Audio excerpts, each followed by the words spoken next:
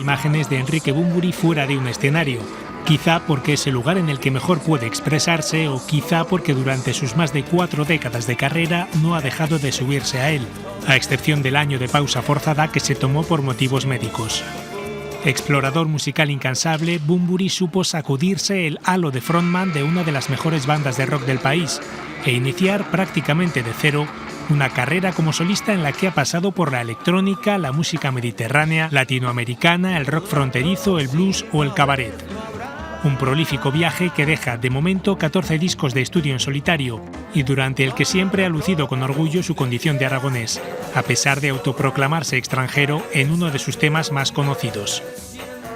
Seguro que este premio, el más importante que concede Aragón, tendrá un lugar privilegiado en una vitrina ya repleta de reconocimientos, entre ellos el Grammy Latino a la excelencia musical que el pasado noviembre le consagró como una figura clave de la música en español. La Academia premiaba toda su carrera y Bunbury reconoció al recogerlo que pensaba que le llegaba demasiado pronto, porque, como ha dicho más de una vez, siempre hay un disco pendiente.